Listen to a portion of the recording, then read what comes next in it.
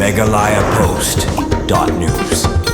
Superintendent of Police Kais Kasil oba bibek sim mulai tu bakat kum ke postmortem apa oba Heprit Insaphira lendo maunai Snem karta ilaklan namar kejingam Jyllop bat kam dan gunu-gunu ke basyak tambor abakaran disikilap thai kubor oba bibek mulai tu banadu meregister ya kes harenja police station kaken hun special investigation team kelastang kejing tokit bat kelala ban bisyar punya ya kena barang khalai Snem ubadeiru upara marjan jong hebren oba bibek mulai tu bahadin bala bisyar punya ya kena khalai Snem lawan ra hakamat ka social welfare committee ban pelong ya kejing tokin hapreng kejing tokin ukana khalai Snem ulo kubur bahaka to singi ulai lam ya Heprit da ka bapak kiu na kenro jong ying ba isa bat kilalej sya ka to ying ka brang sna tmai bat namar ba kilakti ikijan kilalej ban sai ha ka to jaka ha ka to singi ka umru ka dam bat ula Phla ba ula ur bat padeng kejing ur ula kumtan lang ya Heprit ha ka ba Heprit ilangam Jyllop sendan ha ka to jaka badap ka ba dona arput laong ba deng ba bibek ulai tu bau kena ula kubur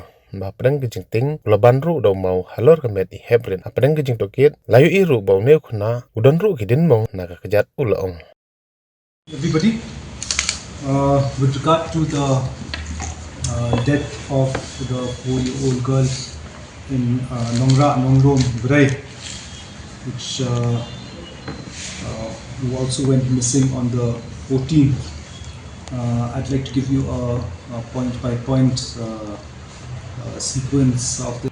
So on the 14th of September, information is received by Iap Jyllop station from the father of the girl that she had gone missing, and they had found that she had gone missing at about 8 a.m. in the morning. It was also found that from the family members and the uncle that the girl child was last seen playing in the compound at about 7:30 a.m. within the premises of a house. And when they realized that she had gone missing, all neighbors and locality members, inhabitants of the locality had been alerted, and they began searching. The police immediately rushed to the area, and intensive search was conducted along with the VDP and dog squad.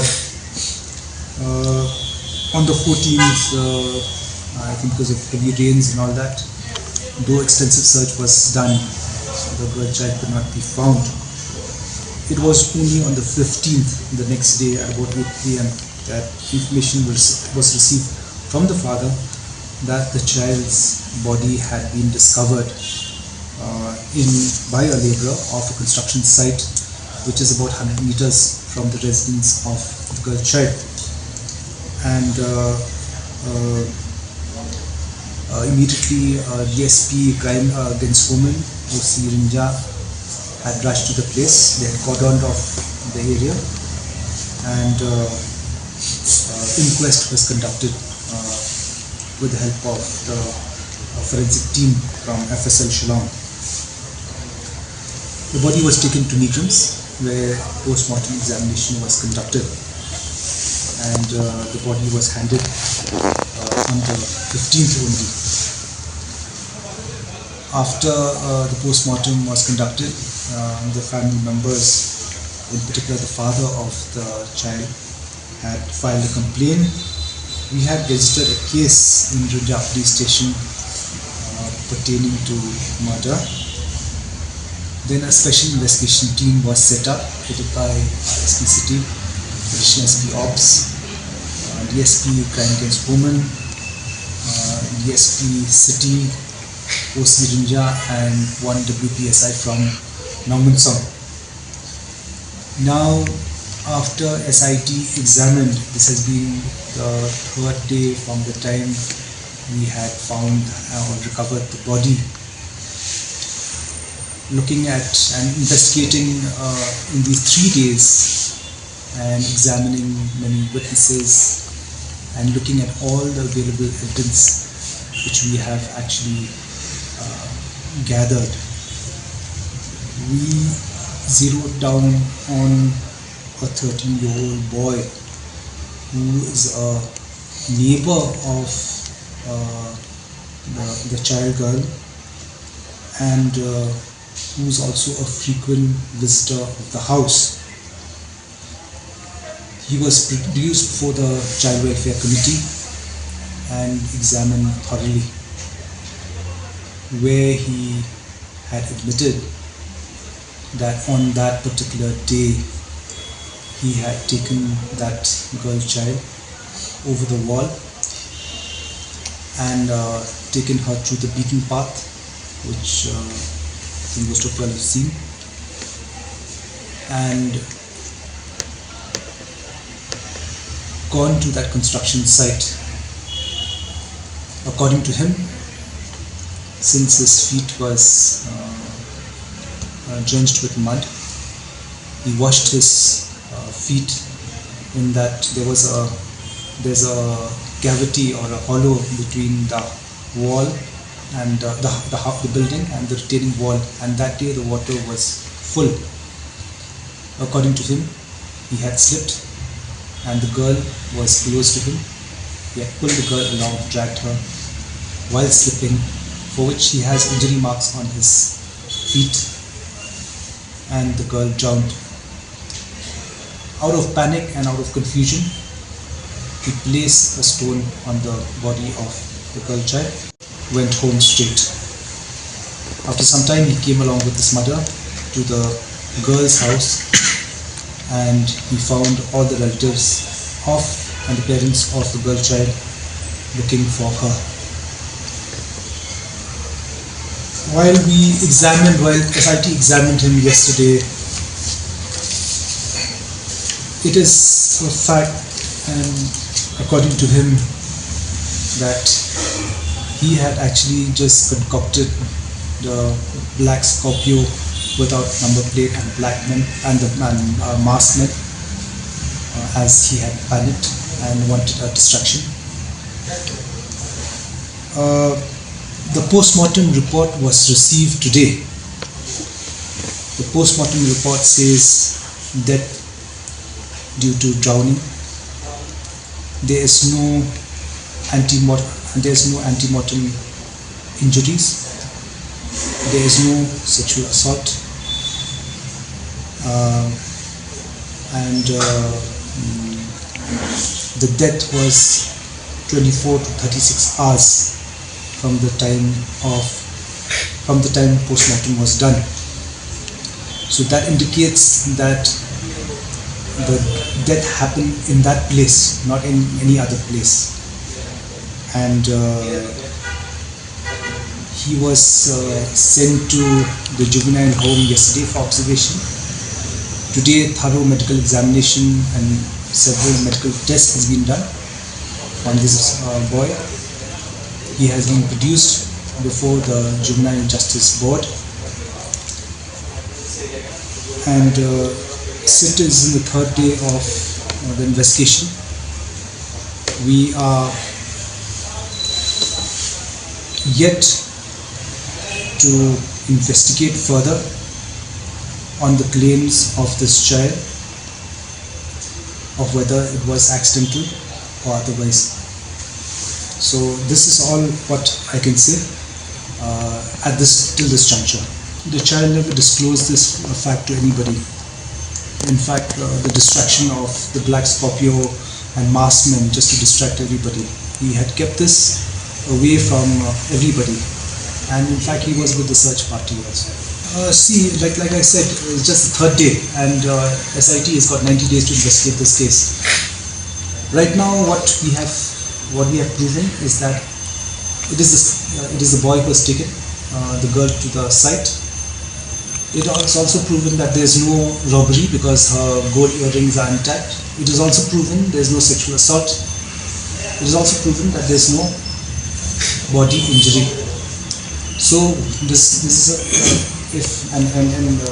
post-mortem report says it is a case of drowning. Now we need to find out further whether this boy had a motive. We need to find out further whether it is anything other than accidental. I don't think so that is a fact, because we have actually asked people whether they have visited that place and all that, and nobody has visited that place. One thing is Also, we have in fact asked the police party, why have you missed out that place? It's because that place was covered, it had a lot of cement sediments, and when the body actually had submerged out there, the sediments had covered the body. If you had seen the body, you cannot make out unless you really go close by. It was only like this labourer who found out, but nobody actually had gone there to see the child actually, or to see that place whether it was with or without the body. So it's actually, it is all in all likelihood that the child died there only. In fact, a natural thing of a sequence of events would have been, in case she drowned, he would have actually told, but he didn't inform. That's why it merits that it was that we have to apprehend him and produce him before the Juvenile Justice Board, because this merits more investigation. Yes, we have proven the fact that it is this child, this boy who's involved in this whole affair of bringing the child out there. His claim is accidental, that she died because of drowning and he panicked, but that merits more investigation. See, this child, he's